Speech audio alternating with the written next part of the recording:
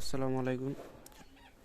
তো আজকের এই ভিডিওটাতে আমি আপনাদের মাঝে কালী বশীকরণ শেখাবো, এবং এটা কিন্তু এর আগে ইউটিউবে শিখেছি। অনেকে কমেন্ট করে বলছে যে আপনি লেখা দেন, মানে সবাই কমেন্ট করে যে লেখা দেন, এবং সবাই বলে যে ইমুতে এসে বলতেছে যে আপনি মন্ত্র দেন, ওগুলা লেখা দেন, লেখা দিলে আমাদের সুবিধা হয়। তো যাই হোক, আবার আরেকজন বলছে যে ভাই এগুলা যে আপনার যে একটা যে মন্ত্র দিছিলেন ইসল জল পিছল পানি, এই মন্ত্রটার সঠিক নিয়মটা আমাকে দেন। আসলে ভাই, আমার কথা যদি আপনার বিশ্বাস না হয় তাহলে আপনার এটার রেজাল্ট কোনো দিনই পাবেন না। মানে ওনার হচ্ছে আমার প্রতি বিশ্বাস নাই, উনি ডাইরেক্ট নিয়ম চাইতেছে। তো যাই হোক, আপনাদেরকে সেই মন্ত্রটা আজকে সরাসরি আপনাদেরকে আমি দেখাই দিতেছি যেটা আসলে কার। আমি আপনাদের ইউটিউবে দেখাইছি, এটা কিন্তু আমার ওস্তাদের মানে গুরুবিদ্যার ডায়েরি এটা। আর এই দেখেন, এখানে বলা আছে কালী বশীকরণ, এই যে জামাল পাগলা, এটা আমার ওস্তাদের নাম। এই যে মন্ত্র কিন্তু কইটাই ইসল জল পিছল পানি, এই যে কালী ঠাকুরানী বলি তো, এই যে একই মন্ত্র, এই একটা মন্ত্রই।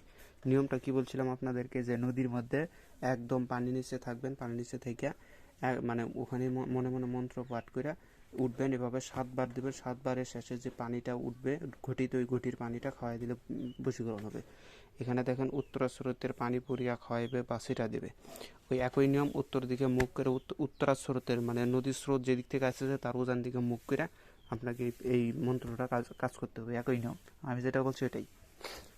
আর বইয়ের ভিতরে যেখানে যে এগুলো যা আছে, এগুলো সব শর্টকাটে ভাই, পুরোটাই লেখা যাবে না। কেননা সাপোজ এই বিদ্যার বইটা যদি হেরে যায়, সেক্ষেত্রে মনে করেন যে পাবে সেজন্য কাজ না করতে পারে, সেজন্য করে এটা শর্টকাটে লেখা, পুরোটাই ভাঙানো নাই। আমার যতগুলো মন্ত্র আছে সবগুলোর ভিতরে শর্টকাটে লেখা আছে।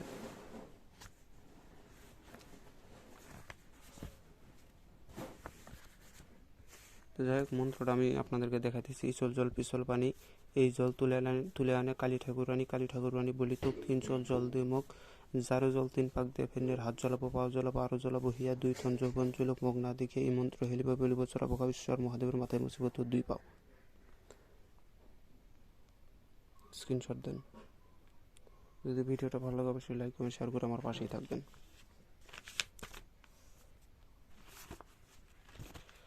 যদি কারো কোনো কিছুর প্রয়োজন হয় অবশ্যই আমার সাথে যোগাযোগ করবেন। এই যে এগুলো হচ্ছে তেল করা বশীকরণ জামাল পাগলা, এগুলো আমার ওস্তাদের দেওয়া।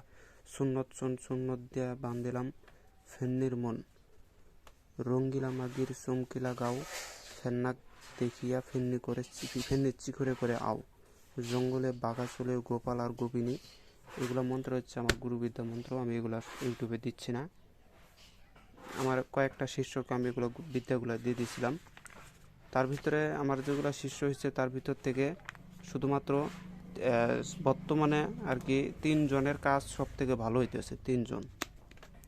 3জনের কাজ সব থেকে ভালো হইতেছে, যেটা বলবো কি, মানে ওনারা কাজগুলো, মানে আমি বলি না, ওইটা ওনারাই ফোন দিয়ে বলছিল যে ওস্তাদ আমার কাজগুলো হইতেছে।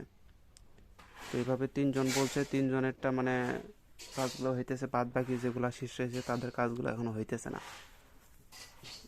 না বলতে, যে 3জনের হয়েছে তার ভিতর থেকে 2জনের বাসায় আমি গেছিলাম, যাওয়ার পরে তাদেরকে আমি মনে করেন যে শিক্ষা দিয়েছিলাম হাতে নাতে, তার দোয়াও করছিলাম। তো ইনশাল্লাহ তাদের কাজগুলো হইতেছে, মোট 3জনের কাজ হইতেছে বর্তমানে। বাদ বাকি যে 2-3জন আছে তাদের কাজগুলো এখনো হইতেছে না। আশা করা যায় হবে, ধৈর্যের ফল মিষ্টি হয়। আমি যদি ভবিষ্যতে যদি কোনো দিন যদি তার সাথে দেখা করতে পারি, তাহলে অবশ্যই আমি গ্যারান্টি দেবো তাদের কাজগুলো হবে। আসলে ভাই, গুরুর প্রতি যার যত বিশ্বাস তার কাজগুলো তত তাড়াতাড়ি হয়।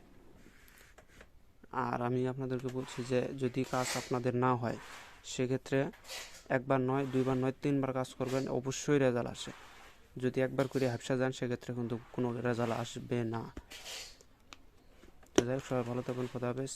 আর আমার কাছে বর্তমানে চান্ডালের হার আসছে, আর জারুজের হার শুধু একটা আছে, যদি কারো প্রয়োজন হয় নেবেন। জারুজের হার অনেকেই বলে যে ভাই চান্ডালের ক্ষমতা বেশি না জারুজের।